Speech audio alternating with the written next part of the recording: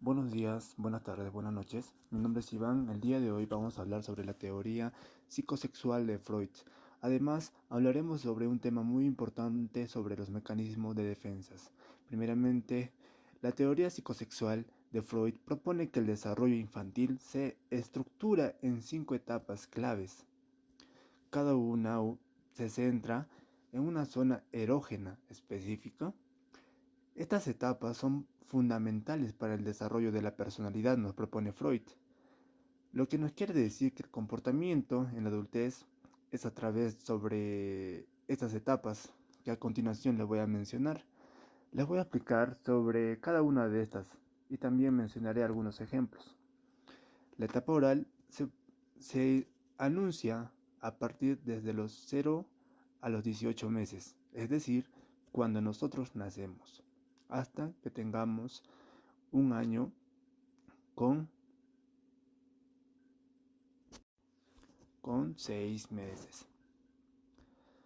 Se obtiene principalmente a través de la boca mediante actividades como chupar, morder y comer. Por ejemplo, un bebé encuentra consuelo y satisfacción al succionar el pecho materno o un biberón. Según Freud, una fijación en esta etapa podría ocurrir si el destete ocurre demasiado pronto o demasiado tarde, lo que podría llevar a comportamientos en la adultez como fumar, comer en exceso o morderse las uñas, lo que indica una necesidad de gratificación oral. La segunda etapa, lo que nos propone Freud, es la etapa anal, que se pronuncia a partir desde los 18 meses hasta los 3 años. El placer se centra en el control de esfínteres durante el entrenamiento para ir al baño. Un niño puede experimentar placer al retener o liberar las heces. Freud sugirió que una fijación en esta etapa puede resultar en una personalidad anal retentiva, obsesionadamente ordenada y controladora, o anal expulsiva, desorganizada y rebelde. En la adultez, dependiendo de cómo los padres manejen el entrenamiento para ir al baño. Como tercera etapa, lo que nos propone Freud, esta etapa se llama fálica. Se pronuncia a través de los 3 años hasta los 6 años. En esta etapa, los niños comienzan a descubrir sus genitales y sienten una atracción inconsciente hacia el padre del sexo opuesto, lo que Freud denomina el complejo de Edipo en niños y el complejo de Electra en niñas. Por ejemplo, un niño puede volverse más apegado a su madre a ver a su padre como un rival. Si este conflicto no se resuelve adecuadamente, podría llevar a problemas de identificación sexual o relaciones conflictivas con el mismo sexo en la adultez. Lo que nos propone como cuarta etapa es latencia. Se pronuncia desde los 6 años hasta la pubertad. Durante esta etapa, los impulsos sexuales se suprimen mientras los niños desarrollan habilidades sociales, intelectuales y atléticas. Aquí la energía libidinal se canaliza hacia las actividades sociales aceptables como los deportes, el estudio y las amistades. Esta etapa es crucial para la construcción de las habilidades y relaciones sociales. La quinta etapa es la etapa genital, que se pronuncia en la pubertad en adelante. Los impulsos sexuales surgen y se dirigen hacia relaciones sexuales maduras.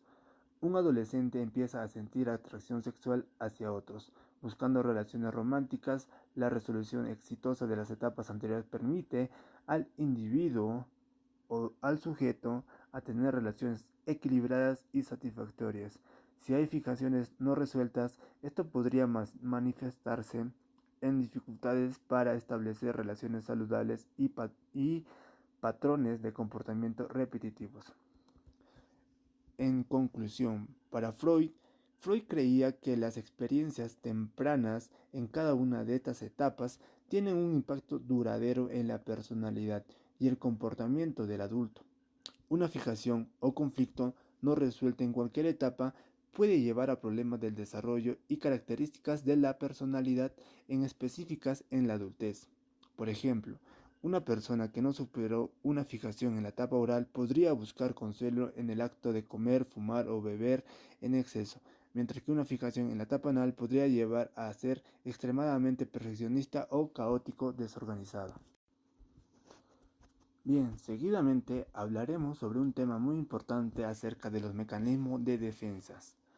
Para empezar, debemos entender qué son los mecanismos de defensa. Los mecanismos de defensa es la forma de vivir con nuestros errores. Utilizando mecanismos de defensa, podríamos crear una mala imagen con nuestro entorno. Freud, lo que nos quiere decir Freud también tiene una gran perspectiva sobre los mecanismos de defensa. Nos dice que la mayor parte de nuestro tiempo queremos que nos conozcan nuestro lado bueno para que nuestro entorno nos acepte. Utilizamos mecanismos de defensa en momentos incómodos o donde nos podamos sentir cómodos. Tipos de mecanismos de defensa. Los primarios y secundarios. Los primarios, esta se presenta en nuestra primera etapa de nuestra vida, donde frecuentemente negamos cosas. Los secundarios suele presentarse en momentos del desarrollo. Ante los conflictos intrapsíquicos, las personas se defienden para sentir menos ansiedad de forma consciente. La reacción por conversación nos quiere decir que se puede presentar en formas de síntoma físico como dolor de cabeza o de debilidad. Los mecanismos de defensa sirven a dos funciones: proteger el yo, minimizar la ansiedad y la angustia. Anteriormente ya hablamos sobre el yo, el superyo y el ello. También lo que nos quiere decir los mecanismos de defensa aportados por Freud, la represión. Freud utilizó la represión como el proceso de impedir que sentimientos, emociones alcanzaran a la conciencia. Es decir, que antes de llegar a la conciencia, los mecanismos de defensa no tratan de que nosotros nos mostremos tal cual hacia la sociedad. La represión fue una precursora de todas las otras formas de mecanismo de defensa. A las personas frecuentemente recuerdan momentos desagradables y los incómodos suelen reprimirlos. Tercer punto, Anna Freud también identificó y describió otros mecanismos de defensa, como la negación, desplazamiento, racionalización y la proyección. La negación, cuando negamos una situación. El desplazamiento, cuando un impulso amenazador o inaceptable descargamos todo hacia las personas vulnerables. La racionalización implica generar razones aceptables cuando desde otro punto de vista podría ser inaceptable. La proyección se trata cuando nosotros, cuando estamos mal, tratamos de proyectar en otras personas. Los mecanismos de defensa en la vida cotidiana. Los seres humanos tendemos a mentir de manera automática e inconsciente. Tipo de pruebas proyectivas se basó en el mecanismo de defensas. Herrera Hernández